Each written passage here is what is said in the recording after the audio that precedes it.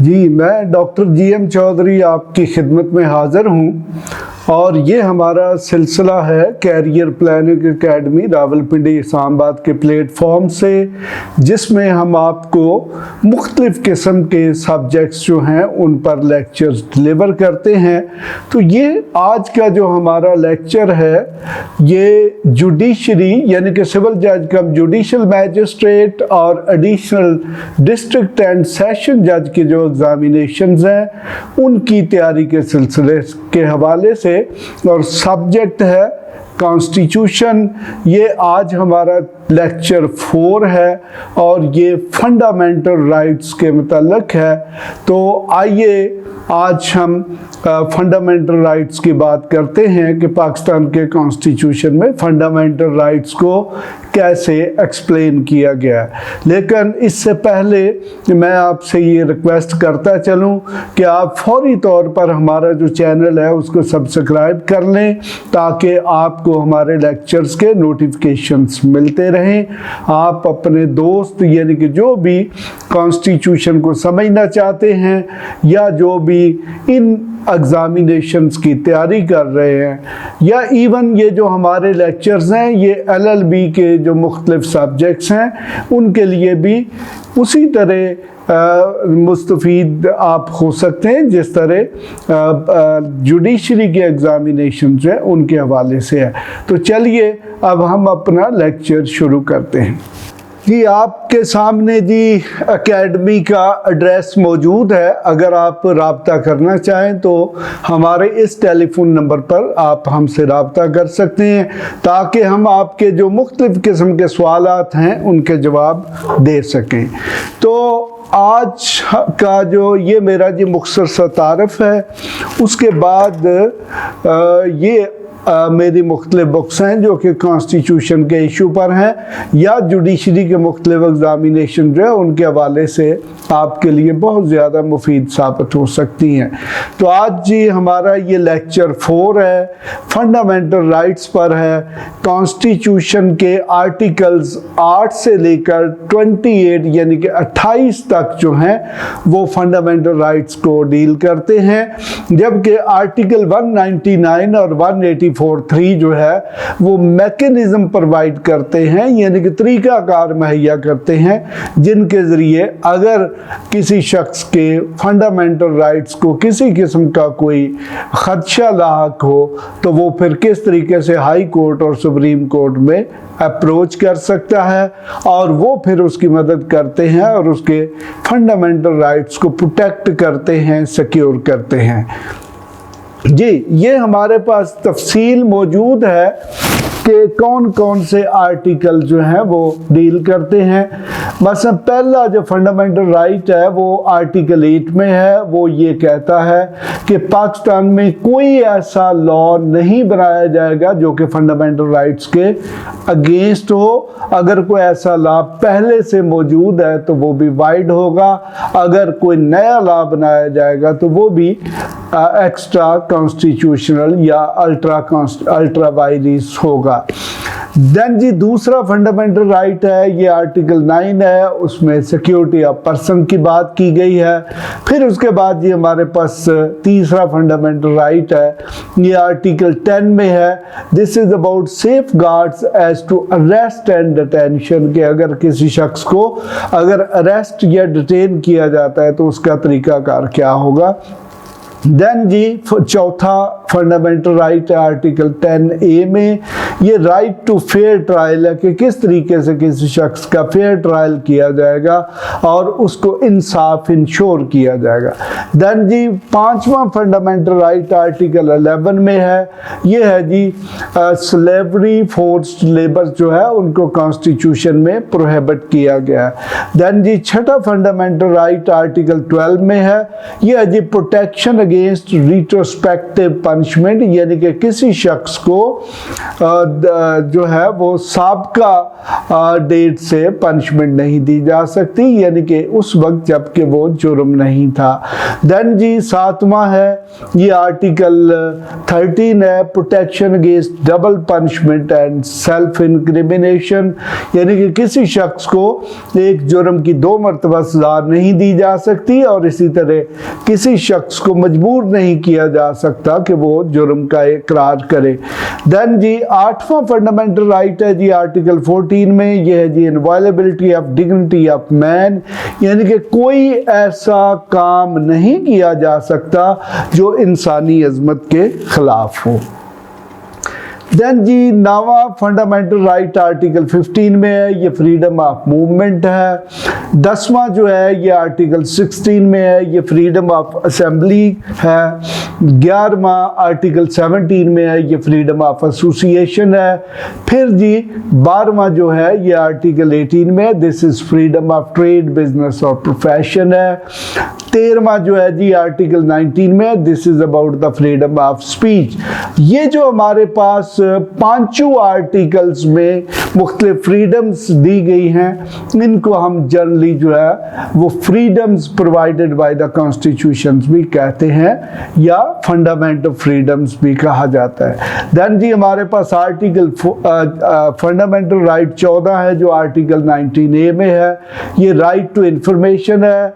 ये constitution 18th amendment के जरिए 2010 में कॉन्स्टिट्यूशन में शामिल किया गया। अब लोगों को किसी भी किस्म की इंफॉर्मेशन जो कि गवर्नमेंट के अदारों में मौजूद है उसको लेने का हक हासिल है। 15वां है जी ये आर्टिकल 20 है, freedom to profess religion and to manage religious institution. जैसा कि ऊपर हमने 5 फ्रीडम्स की बात की है, तो ये हमारी 6ठी फ्रीडम है। देन जी आर्टिकल 16 नंबर है और ये आर्टिकल 21 है, ये safe guard against taxation for purposes of any particular religion, यानी कि किसी मखसूस रिलीजन के लिए टैक्स नहीं लगाया जा सकता। देन जी 17वां फंडामेंटल राइट आर्टिकल 22 में है, safeguards as to education institutions in respect of religion. इसी तरह हर मज़हब जो है उसको अपने मजहबी इदारे, मजहबी तालीमी इदारे कायम करने का हक हासिल है और किसी को मजबूर नहीं किया जा सकता कि वो किसी दूसरे मजहब के लिए कंट्रीब्यूट करे। देन जी 18वां फंडामेंटल राइट आर्टिकल 23 में है, ये प्रोविजन एज टू प्रॉपर्टी है, यानी कि हर शख्स को हक हासिल है कि वो प्रॉपर्टी ओन करे और मज़ीद ख़रीदे। देन जी 19वां फंडामेंटल राइट जो आर्टिकल 24 में है, ये है ji protection of property right, यानी कि अगर किसी शख्स को प्रॉपर्टी का हक हासिल है तो फिर उसके प्रोटेक्शन का हक भी हासिल है। देन जी 20वां फंडामेंटल राइट आर्टिकल 25 में है, ये इक्वालिटी ऑफ सिटीजन है, यानी कि there will be no discrimination और तमाम सिटीजन एक बराबर होंगे। देन जी 21वां फंडामेंटल राइट आर्टिकल 25A में है, ये भी कॉन्स्टिट्यूशन का जो 18th अमेंडमेंट है उसके तहत आया और 2010 में इसको लाया गया। ये है जी राइट टू एजुकेशन, तो इस वक्त कॉन्स्टिट्यूशन के तहत सेकेंडरी स्कूल तक एजुकेशन जो है वो गवर्नमेंट फ्री प्रोवाइड करने की पाबंद है। देन जी 22वां फंडामेंटल राइट आर्टिकल 26 में है, ये ji non discrimination in respect of access to public places, यानी कि जितनी भी पब्लिक प्लेसेस हैं उनमें हर शख्स को एक्सेस हासिल है, किसी को डिस्क्रिमिनेट नहीं किया जा सकता। देन दी 23rd यानी फंडामेंटल राइट यानी कि आर्टिकल 27 में है, safeguard against discrimination in services, यानी कि गवर्नमेंट और पब्लिक सर्विसेज में किसी शख्स को अगर वो एलिजिबल और अहल है तो डिस्क्रिमिनेट नहीं किया जाएगा।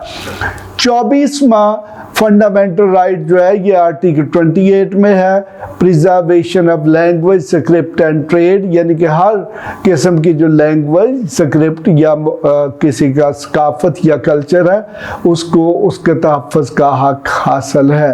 तो इस तरह हमारे कॉन्स्टिट्यूशन में ये 24 यानी कि 2 दर्जन के करीब फंडामेंटल राइट्स हैं।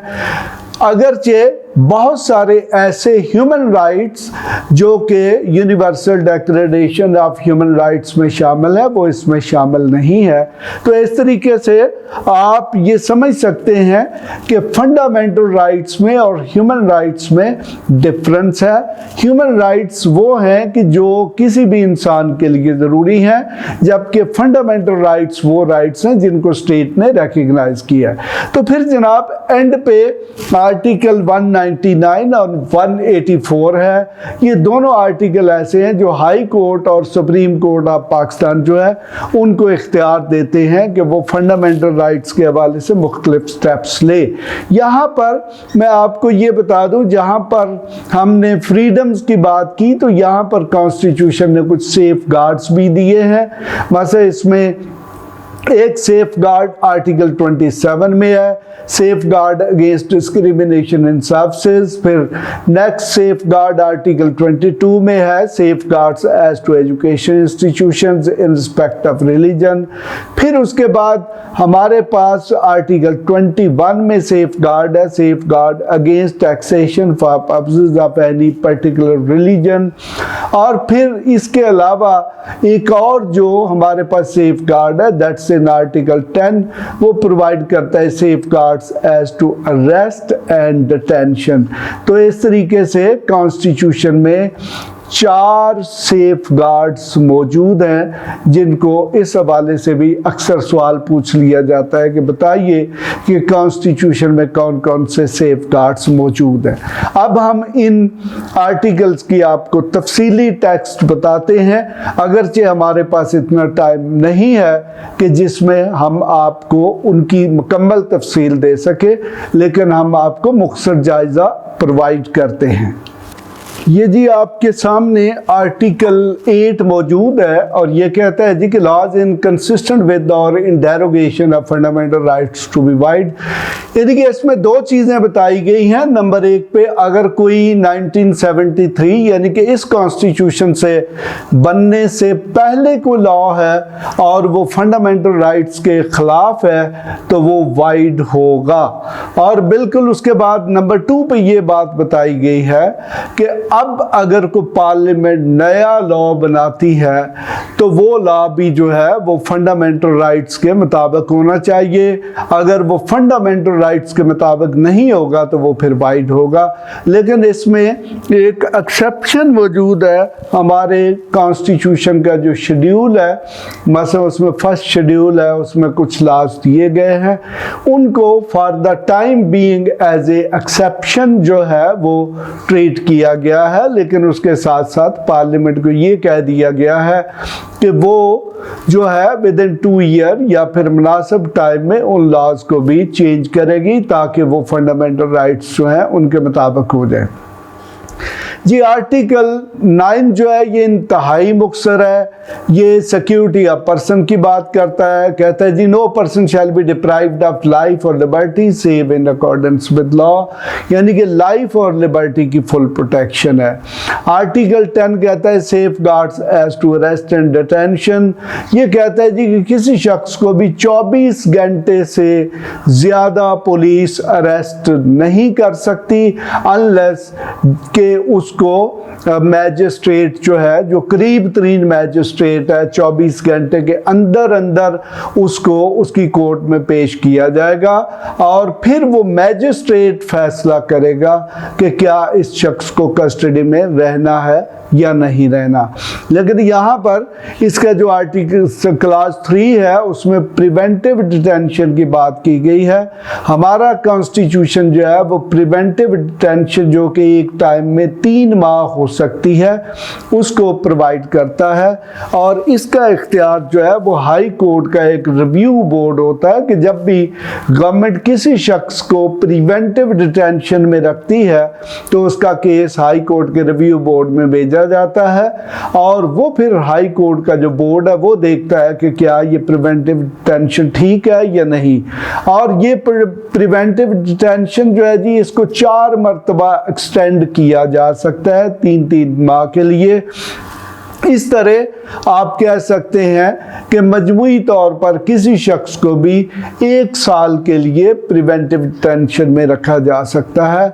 और यहाँ पर ये एक इंतहाई काबिल गौर बात है कि अगर किसी शख्स को प्रिवेंटिव डिटेंशन में रखा जाए तो फिर उसके फैमिली के खाने पीने या उसके जो भी ज़रूरियात ज़िंदगी के मुतल्लिक़ अरेंजमेंट्स हैं वो गवर्नमेंट करने की पाबंद है।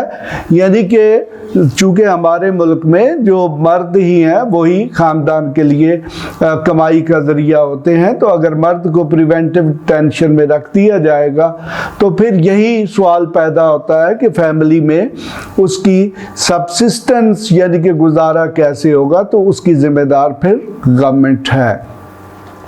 जी अब हमारे पास ये बड़ा तफसील के साथ है जी, आर्टिकल 10 जो है उसमें सारा मैकेनिज्म प्रोवाइड किया गया है और कॉन्स्टिट्यूशन में प्रिवेंटिव डिटेंशन का मैकेनिज्म प्रोवाइड करने का मकसद यही था ताकि गवर्नमेंट इसको हर रोज़ तब्दील ना कर सके और इसे कॉन्स्टिट्यूशनल प्रोटेक्शन हासिल हो। देन जी आर्टिकल 10 है जी राइट टू फेयर ट्रायल। इसका मतलब ये है कि हर शख्स को, जिसे हम रूल ऑफ लॉ या रूल ऑफ प्रोसीजर की बात करते हैं, तो उसकी मुकम्मल प्रोटेक्शन हासिल हो। यानी कि हमारी कोर्ट्स पाबंद हैं कि हर शख्स को फेयर ट्रायल और ड्यू प्रोसेस ऑफ लॉ दें। आर्टिकल 11 जो है स्लेवरी और फोर्स्ड लेबर जो है उसको प्रोहिबिट करता है और कहता है कि कोई ऐसा लॉ नहीं होगा कि जिसके तहत स्लेवरी या फोर्स्ड लेबर हो। इसी तरह जो बच्चे हैं जिनकी उम्र जो है वो कम है, यानी कि जो 14 साल से कम है, ये लिखा हुआ है 14 साल से कम है, उनसे भी लेबर नहीं ली जा सकती। देन जी आर्टिकल 12 है, ये प्रोटेक्शन अगेंस्ट रिट्रोस्पेक्टिव पनिशमेंट है। यानी कि इससे मुराद ये किसी शख्स को किसी ऐसे जुर्म में सज़ा नहीं दी जा सकती जो कि उस वक़्त जुर्म नहीं था जब उसका इर्तिकाब हुआ। आर्टिकल 13 जो है ji protection against double punishment and self incrimination है। यानी कि किसी शख्स को एक जुर्म की 2 मरतबा सज़ा नहीं दी जा सकती और ना ही किसी शख्स को मजबूर किया जा सकता है कि वह अपने खिलाफ विटनेस बने। इसी तरह आर्टिकल 14 है जी इनवॉलेबिलिटी ऑफ डिग्निटी ऑफ मैन, यानी कि इंसानी अजमत जो है उसका ख्याल रखा जाएगा। किसी इंसान के साथ ऐसा सलूक नहीं किया जाएगा जो इंसानी तकाज़ों के खिलाफ हो, जिसमें उसकी प्राइवेसी भी शामिल है।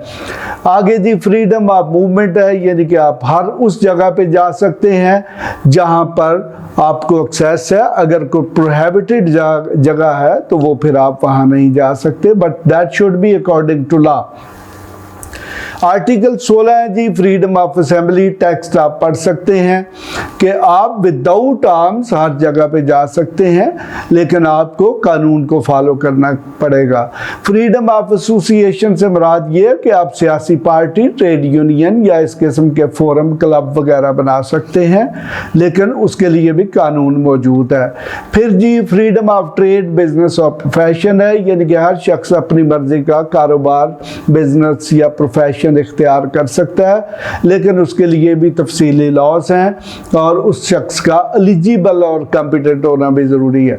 देन जी फ्रीडम ऑफ स्पीच है, यानी कि हर शख्स को तहरीर व तकरीर का हक हासिल है, लेकिन इसके लिए भी लीगल लिमिट्स है, आप उससे बाहर नहीं जा सकते। फिर जी राइट टू इंफॉर्मेशन है, ये प्रोवाइड करता है कि हर शख्स जो भी पब्लिक इदारों में इंफॉर्मेशन मौजूद है वो ले सकता है। इसके लिए एक फ्रीडम ऑफ इंफॉर्मेशन का लॉ भी मौजूद है। देन जी आर्टिकल 20 है जी फ्रीडम टू प्रोफेस रिलीजन, यानी कि हर शख्स अपनी मर्जी का मजहब इख्तियार कर सकता है और अपने मजहबी इदारे भी रख सकता है। इसी तरह ये कहा गया है आर्टिकल 21 में कि किसी शख्स को कोई ऐसा टैक्स नहीं देना पड़ेगा जो कि किसी दूसरे शख्स के मजहबी इदारों को फाइनेंस करे। आर्टिकल 22 जो है जी ये एजुकेशन इंस्टीट्यूशन के मुतल्लिक बात करता है जो कि मजहबी हूँ। फिर उसके बाद जी आर्टिकल 23 जो है ये प्रॉपर्टी की बात करता है, यानी कि गवर्नमेंट रीजनेबल रिस्ट्रिक्शंस लगा सकती है लेकिन अदरवाइज हर शख्स को प्रॉपर्टी का हक है। इसी तरह जो प्रॉपर्टी से मुतल्लिक़ राइट्स हैं उनकी प्रोटेक्शन भी मौजूद है। देन जी हमारे पास जो नेक्स्ट है ji, this is equality of citizen, यानी कि शहरियों के दरमियान सेक्स या किसी और बेसिस पर डिस्क्रिमिनेशन नहीं की जा सकती, लेकिन ये लॉ प्रोवाइड करता है कि गवर्नमेंट वेमेन और बच्चों के लिए खसूसी लॉ बना सकती है। आर्टिकल 25A जी राइट टू एजुकेशन की बात करता है, जिसमें ये कहा गया है कि कंपल्सरी एजुकेशन जो कि 16 साल तक के 5 से लेकर 16 साल तक के बच्चे उनको दी जाएगी। फिर जी आर्टिकल 26 है जी, ये कहता है जी कि पब्लिक प्लेसेस के हवाले से भी कोई डिस्क्रिमिनेशन नहीं की जाएगी।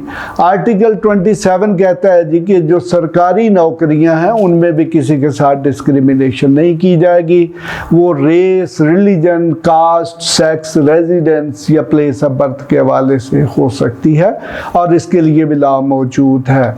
फिर जी हमारे पास लास्ट आर्टिकल जो फंडामेंटल राइट को प्रोवाइड करता है वो आर्टिकल 28 है, जो कहता है जी कि preservation of language, script and culture, यानी कि अगर किसी शख्स का कोई मखसूस ज़बान है, उसका कोई स्क्रिप्ट है या सकाफ़त है, तो उसका मुकम्मल तहफ़्फ़ुज़ का हक़ हासिल है।